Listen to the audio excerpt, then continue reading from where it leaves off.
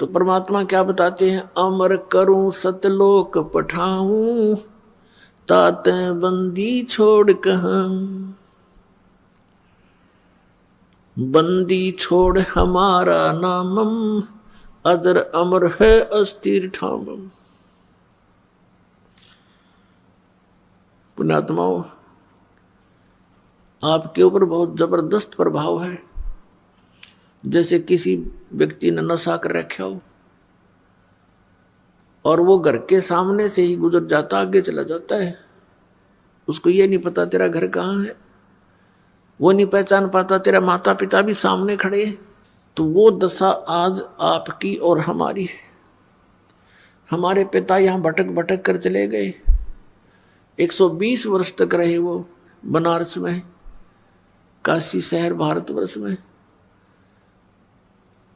सन 1398 से सन 1518 तक एक अपने विधान अनुसार एक सिंपल मैन की, एक साधारण मनुष्य का रोल भूमिका करके, और वो परमात्मा अपना तत्व ज्ञान प्रचार करके, और जो लीला भगवान किया करते हैं वो करते ही करते हैं। ऐसी लीलाएं उन्होंने की और हमें समझाने की चेष्टा की, लेकिन हमारा ये अज्ञान आगे अड़ा रहा, जिस कारण से आज तक हम भटक रहे हैं, अपने भगवान को पहचान नहीं पा रहे।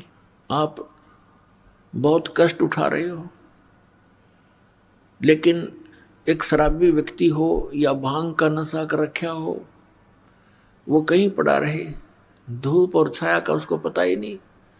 उसको तो वो जून महीने की गर्मी भी, जिसमें उसको पसीना आया हुआ है, बाहर पड़ा है, हरियाणा, पंजाब, राजस्थान, उत्तर प्रदेश, मध्य प्रदेश की गर्मी में, उस समय उसको कोई कहे जो बाहर पड़ा हो नशा करके कि उठ ले भैया, देख तेरा क्या हाल हो गया है, पसीने आए हैं, मुंह में झाग आए हैं, चल तुझे छाया में बैठा दूं। वो कहता छोड़ दे, मौज हो रही है। उसको पता ही नहीं मौज क्या है, क्योंकि नशे में है वो। तो आज हम उसी दशा में है, सच कर मान लेना। चाहे यहाँ प्रधानमंत्री बना हो, चाहे सारी पृथ्वी का पति बना हो, वो इसी नशे में बातें कर रहा है। अब पुण्यात्मा परमात्मा कहते हैं, इस झूठे सुख को सुख कहे, ये मान रहा मन मोद, ये सकल चबीना काल का, कुछ मुख में कुछ गोद। फिर क्या बताते हैं, कबीर ये माया अटपटी, सब घट आण अड़ी, किस किस को समझाऊं या कुएं भांग पड़ी। इस 21 ब्रह्मांड के कुएं में इस काल भगवान ने, जो यहाँ का स्वामी है, यहाँ का मालिक है, इसने ये झूठे सुख की इस माया की भांग डाल दी और सभी ने उसी के जल को पान कर रखा है, पी रखा है। अब आप शाम के समय किसी ठेके पर जाकर देखो, वहां से पी कर टिट्टी बनकर से सोचने आ रहे हो, रास्ते में उनसे बात करके देखना, एक जैसी भाषा, एक जैसी चाल, एक जैसा उनका बर्ताव होगा। ऐसे बोल रहे तो सिर पाँव है, या बोल रहे नहीं, चल अपना काम करें, समझाने की चेष्टा करें तो माने नहीं। तो इस प्रकार से हम उसी काल की भांग को पीकर मस्त हुए फिरते हैं। और परमात्मा कहते हैं, कबीर ये माया अटपटी, सब घट आण अड़ी, और किस किस ने समझाऊं या कुएं भांग पड़ी। लेकिन फिर कितने दयालु हैं, एक शराबी को समझाना कितना कठिन हो जाता है, पूरे परिवार के नाक में दम कर देता है। और हम सारे भांग पिए पड़े, और फिर हमें समझाने के लिए हमारे पिता आते हैं, क्योंकि अपने का दुख अपनों को ही होता है। इस काल यहाँ का जो भगवान है, इसको भगवान कहते हैं। भगवान उसे कहते हैं जो दुख ना दे, केवल सुख दे। ऐसे जुल्म कहर हमारे ऊपर टूट रहे हैं, बरस रहे हैं, और फिर हम कहते हैं ये बड़ा भगवान है, ये अच्छा भगवान है। किस लिए भगवान माना हमने? कि देखो कितने अच्छे काजू किस्मत सेब संतरे फलदार वृक्ष हमें दे रखे, फल दे रखे, और ये इतनी बड़ी पृथ्वी पर कैसे बाग बगीचे बना रखे हैं, ये किस लिए बना रखे हैं? और आपको फिर वो भूल जाते हो कि आप किसी का बेटा मर गया, किसी की बेटी मर गई। पीछे सी समाचार पत्र में पढ़ने को मिला, यहाँ बच्चे बता रहे थे कि एक परिवार ने मन्नत मानी किससे? बालाजी से। उनका पुत्र हो गया और उस पुत्र के केस उतरवाने के लिए, मत्था टिकवाने के लिए उस बालाजी में जा रहे थे। 4-5 सदस्य थे, 7वां छोटा सा लड़का था 3 महीने का। रास्ते में दुर्घटना होगी, वो बच्चा बच गया और वो सारे मर गए। बताया खाक मन्नत दी उसने, किसने दी? ये भी भूल है हमारा कि उसने पत्थर ने दे दी, उस बालाजी ने दे दी। एक भगत सुना रहा था, बोला जी हम पहले तो भूल में थे। उसने एक उदाहरण दिया कि एक भगत हनुमान जी की पूजा कर रहा था। हनुमान जी वहां प्रसन्न हो गया, आ गया, बोल भाई क्या मांगता है? नो बोला जी बढ़िया से सूट दे, मेरा तो कपड़े को नहीं। नो बोला भाई मैं आप लंगोट में रहूं तने कितने थान दूंगा? हनुमान जी ने कहा भले आदमी तो भगवान की भक्ति करे, मैं भी भगवान की भक्ति करूं, मन भी कर दे, क्यों दुखी कर रहा है मेरे को? तो पुण्यात्मा हम बिना ज्ञान के डले ढो रहे थे। अब इस तत्व ज्ञान से हमें पता चला। क्या बताते हैं गरीबदास साहब जी कि जगत का पेखना पेख्या धनी का नाम ना लेखा। जगत का पेखना पेख्या धनी का नाम ना लेखा। जैसे ये दास पहले हनुमान जी का कट्टर पुजारी था, जैसा लोक वेद सुन रखा था हमने, क्योंकि आत्मा भगवान के बिना रह नहीं सकती। पुण्यात्माओं, यहाँ चाहे कोई करोड़पति हो, चाहे अरबपति, चाहे खरबपति हो, और चाहे सारी पृथ्वी का पति हो, और उसको संतान भी हो, संतान उसकी नेक भी हो, पर संतुष्टि नहीं हो सकती।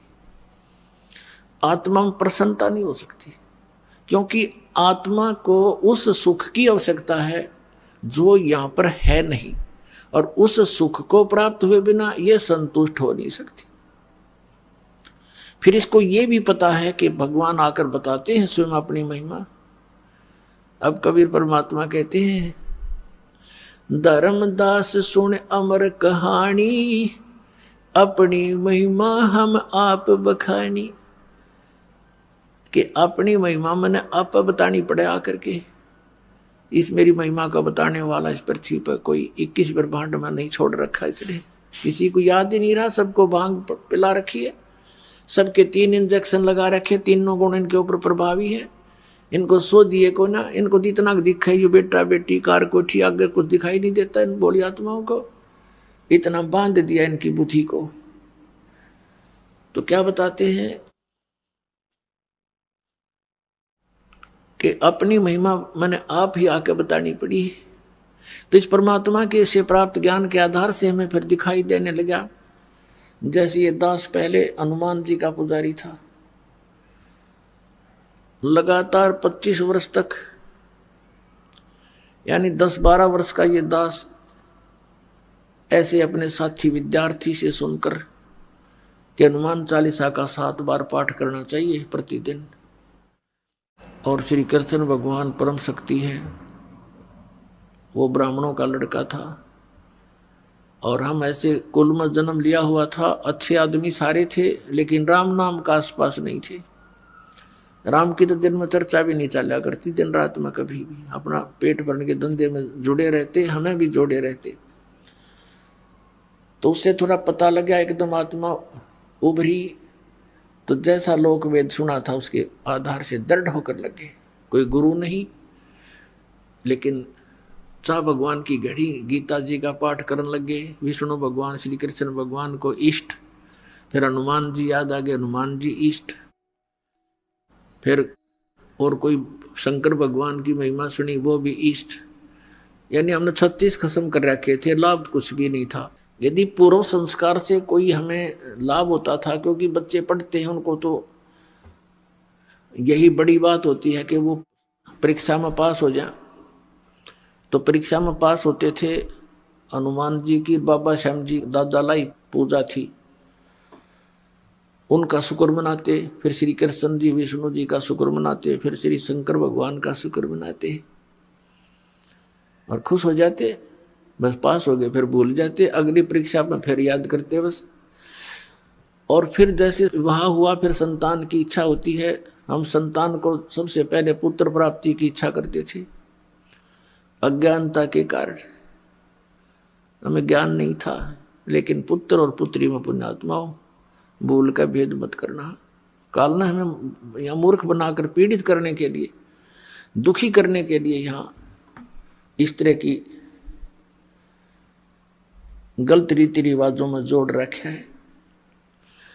तो पुत्र उत्पन्न हुआ, बड़ी खुशी मनाई, नौकरी प्राप्त हुई, फिर भगवान के गुण गाए। अब पता चला कि जिन भगवानों को हम ये मान रहे थे कि ये हमें सब कुछ दे रहे हैं, वो ना कुछ दे सकते ना हमसे कुछ ले सकते। ये स्वयं स्वीकार करते हैं कि हम केवल नियमित कार्य ही कर सकते हैं। जिसके भाग में जैसा है पुण्य या पाप, हम उनको एज इट इज पूरा भुगवाना हमारा कर्तव्य है। उसमें कोई परिवर्तन नहीं कर सकते, अनुग्रह नहीं कर सकते। और श्री शिव पुराण के अंदर ये काल भगवान ब्रह्मा विष्णु और अपने पुत्र शिव को, शंकर को वहां संबोधित करता हुआ कह रहा है कि तुम सभी को अलग अलग विभाग दिए हैं, सतिथि, उत्पत्ति, संहार, लेकिन ये अनुग्रह तुम नहीं कर सकते किसी पर।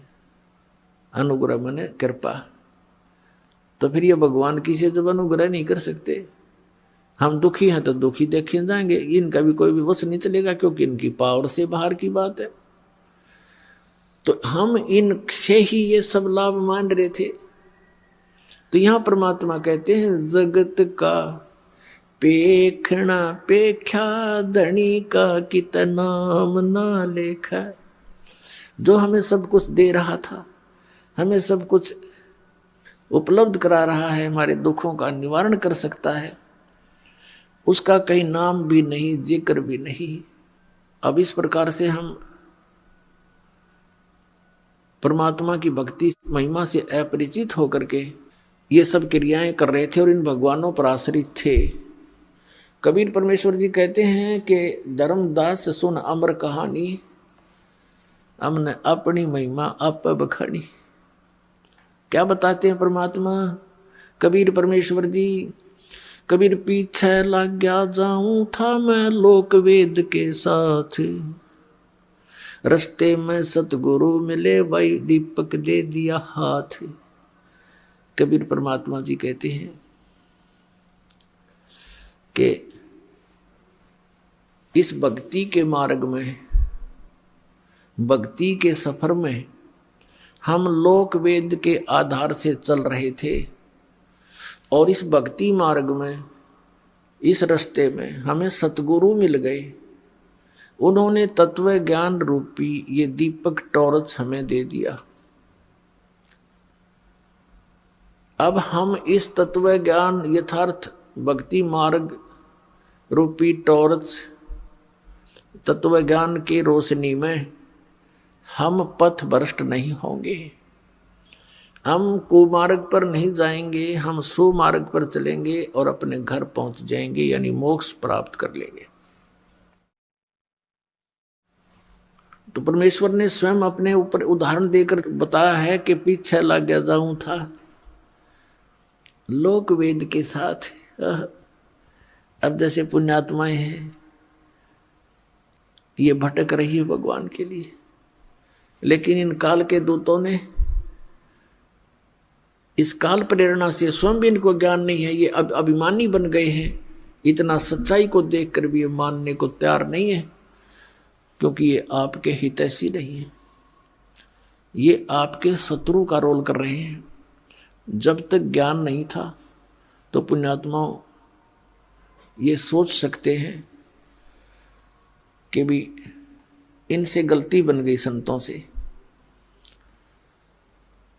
और अब ये दास क्लियर कर रहा है, इनके सब के इतिहास दिखा रहा है कि मैं इनका कोई शत्रु नहीं हूं, इनका मित्र का काम कर रहा हूं। ये अपने अभिमानवश भले ही मुझे अपना विरोधी मान रहे हो, ये इनकी बालक सोच होगी। हम ऐसे भयंकर दौर से गुजर रहे हैं, हम ऐसे खतरनाक समय में इस लोक में रह रहे हैं कि हम जिस ओर जा रहे हैं आगे वो अजगर मुंह खोले बैठा है, ये काल रूपी अजगर, और सबको खाता है। गीता अध्याय नंबर 11 के श्लोक नंबर 32 में स्वयं कहता है कि अर्जुन मैं काल हूं, और ये देख अब प्रवृत्त होया हूं, अब तेरे सामने प्रकट हो गया हूं, श्री कृष्ण से निकलकर बाहर दिखाई दे रहा, और मैं इन सब को खाऊंगा। तो ना युद्ध करेगा तो भी नहीं बख्शूंगा इनको। तो हम उसको पूज रहे हैं, देख फुटे भाग हमारे, उसको भगवान मान रहे हैं, वो कहता मैं खाऊं सबको, फिर भी हम संतुष्ट, क्योंकि हमारी बुद्धि इतनी ही काम कर रही थी कि ये तो मरना जीना लगा हुआ है। वाह भैया, फिर क्या जीवन यहाँ पर, सारा जीवन खो देता है प्राणी, अपने कोठी बंगले बनाने में 1 मिनट में मर जा, कुत्ता बन के वहीं धूम लगाए फिरे, जुलूस काट देता है हमारा। ये खाक जीवन है यहाँ पर नहीं ज्ञान था तब तक कोई बात नहीं, वो तो व्यवस्था थी, मजबूरी थी। अब क्या है, सामने इतिहास रख दिया, भगवान ने जो ज्ञान दिया वो आपके समक्ष उजागर करवा दिया परमपिता कबीर भगवान ने अपने बच्चों के लिए।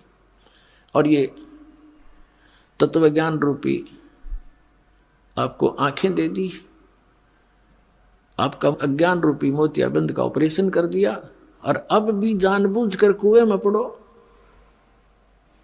तो उसके लिए परमात्मा कहते हैं जानबूझ साची तजर करे झूठ तने, ताकि संगत है प्रभु सौपन में भी ना दे। इसे नीच की वो गुरु बना बैठे, ऐसे प्रत्यक्ष प्रमाण दिखा दिए, ऐसा भगवान है, ये उसका विधान है, इस भक्ति से भगवान प्राप्ति होगी। ये वेदों में प्रमाण, ये गीता जी में प्रमाण, ये उन महापुरुषों की वाणी में प्रमाण जिन्होंने भगवान पाया है, ये मंत्र है। और इस मंत्र का अधिकारी इस पृथ्वी पर इस दास के अतिरिक्त कोई नहीं है। इसको अभिमान समझो चाहे तत्व ज्ञान समझो, ये आपकी अपनी सोच है।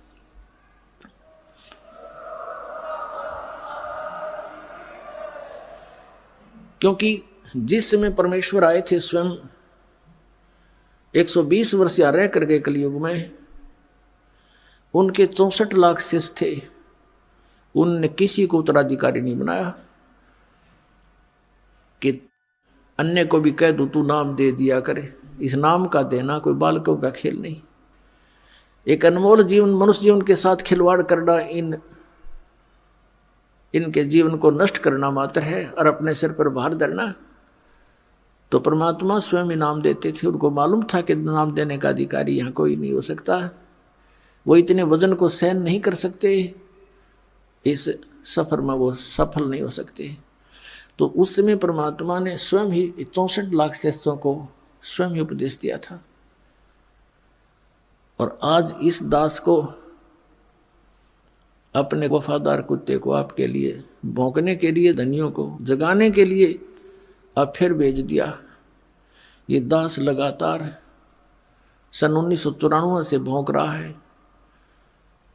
और अज्ञानता के कारण सभी ये समझते हैं कि निंदा करता है रामपाल, ये तो संतों की आलोचना करता है।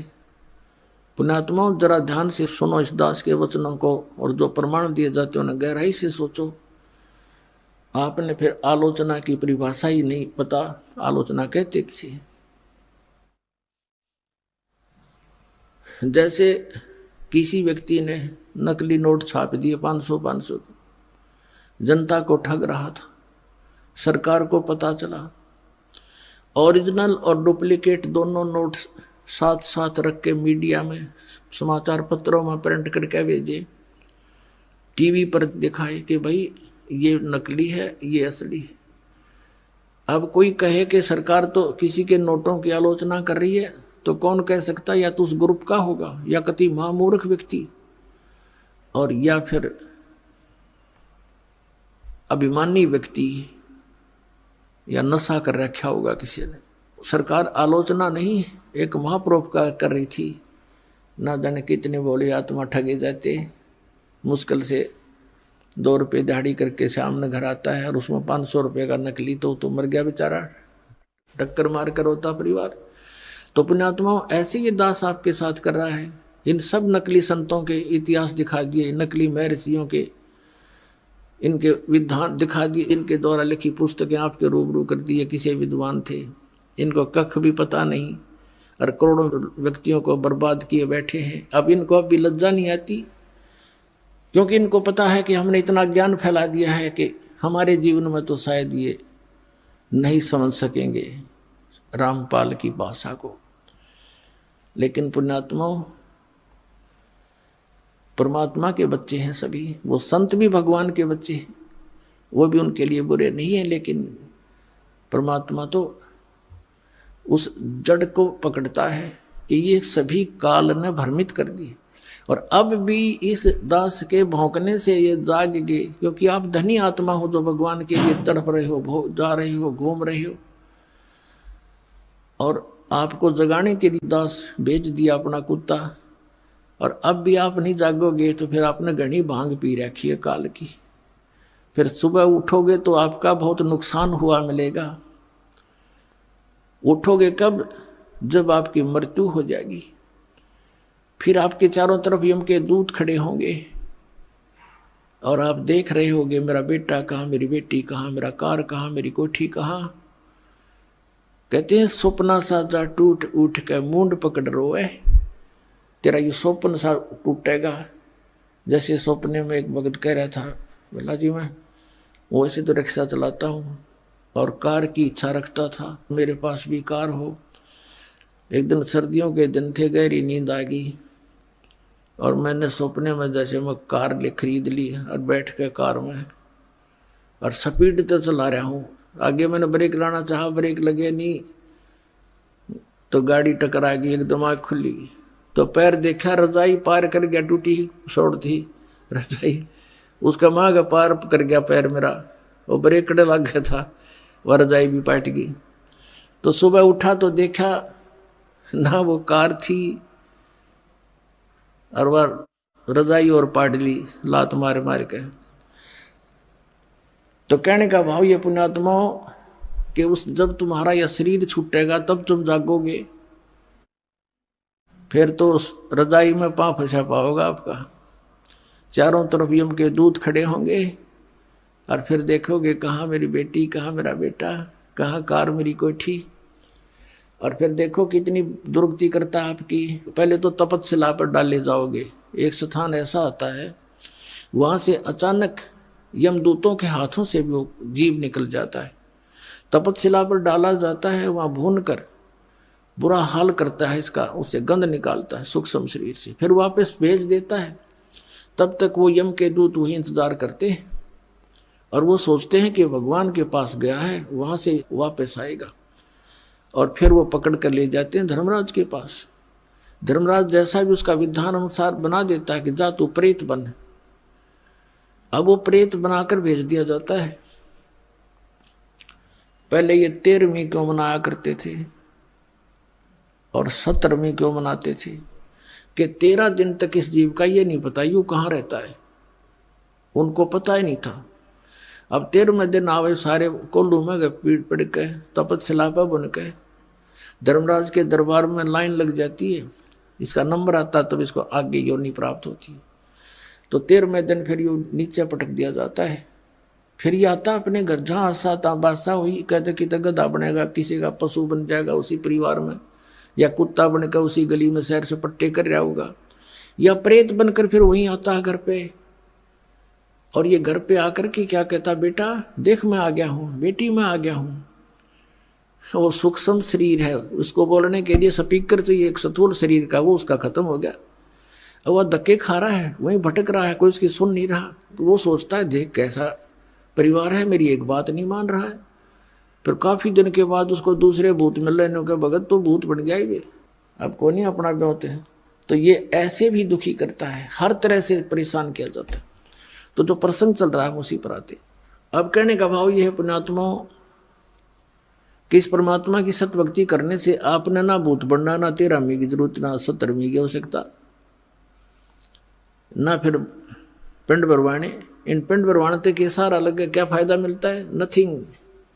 परमात्मा कहते हैं भूत जुनी जहाँ छूट है पिंड दान करंत, गरीब दास जिंदा कहे नहीं मिले भगवंत। पिंड दान कर दिया, भूत की जुनी छूट गई, हर गधा बन गया, होगी मुक्ति है तेरे की। और इस साधना से, इस भक्ति से सारा ही झंझट मिटे। जय सतगुरु की संगत करते सकल कर्म कट जाई, अमरपुरी पर आसन होते जहां धूप न छाई। अब प्रसंग चल रहा है कि पीछे लग गया जाऊं था मैं लोक वेद के साथ, रस्ते में सतगुरु मिले दीपक दे दिया हाथ। अब जैसे परमात्मा की आत्माएं परमात्मा के लिए भटक रही है, ढूंढ रही है, खोज रही है, तो परमेश्वर कहते मैं रोवत हूं सृष्टि को, ये सृष्टि रोवे मोहे। गरीबदास इस योग को समझ न सकता कोई। आदरणीय गरीबदास साहिब जी गांव छुड़ाने जिला झज्जर वाले, हरियाणा वाले, इनको परमात्मा मिले, आदरणीय नानक साहिब जी को मिले थे, आदरणीय गीसा साहिब जी को मिले थे, आदरणीय दादू साहिब जी को मिले थे। जैसा भगवान मिलता है अपनी अच्छी आत्माओं को, उसका विधान है, वेदों में वर्णित है। उस अनुसार वो परमात्मा गरीबदास साहिब जी को मिले थे, सचखंड सतलोक लेकर गए थे, फिर वापस छोड़ा था। परमात्मा से परिचित होकर के आदरणीय गरीबदास साहिब जी ने परमेश्वर की महिमा फिर अपने शब्दों में उनसे सुने ज्ञान को कैसे वर्णित किया था। उन्होंने क्या बताया कि ये प्यारी आत्माएं परमात्मा के लिए भटक रही हैं। कोई कहीं, कोई किसी मंदिर मस्जिद गुरुद्वारे में या तीर्थों पर जाते हैं, वहां पर मेले भरते हैं, तो परमात्मा कहते हैं मेले ठेले जाइयो, मेले बड़ा मिलापे, पत्थर पानी पूजत्या कोई साधु संत मिल जाते। परमात्मा कहते इस परमात्मा की खोज न बंद ना करियो, इसमें हार मत मानना, लगे रहना, जाते रहना कहीं कहीं। जैसे तुम भटक रहे थे लेकिन लाभ तो कोई था नहीं, उसके लिए क्या बताते हैं कि धार्मिक मेले जहाँ होते हैं अवश्य जाते रहिए। और कहते हैं पत्थर पानी पूजते हैं कोई साधु संत मिल जाए, उन पत्थर पानी में धक्के खांडते भटकते रहने से हो सकता है भगवान दया करें कोई साधु संत मिल जाए। अब पहले तो साधु संत मिलते भी थे, तो थोड़ा बहुत कुछ दिन हम संग करते थे, उन महापुरुष के स्वयं आते थे। कबीर परमात्मा भी साधु रूप में जगह जगह भक्ति जीवित रखने के लिए लीला किया करते थे। फिर अपने से परिचित कराकर उन महापुरुषों को छोड़ देते थे, वो भी जगह जगह जाकर के परमात्मा के गुणगान किया करते थे। जैसे आदरणीय गरीबदास साहिब जी को परमात्मा मिले, सचखंड ले गए, छोड़ा, उसके बाद उन्होंने जगह जगह जाकर के भगवान का गुणगान किया। ऐसे आदरणीय नानक साहिब जी को बेई नदी से जिंदा महात्मा के रूप में आकर परमात्मा लेकर गए, साथ में सचखंड ले गए, 3 दिन में वापस छोड़ा, सारी परिस्थिति से परिचित करवाया, अपना तत्व ज्ञान फीड कर दिया। उसके बाद आदरणीय नानक साहिब जी ने जगह जगह जाकर के परमात्मा के ज्ञान का डंडोरा पीटा।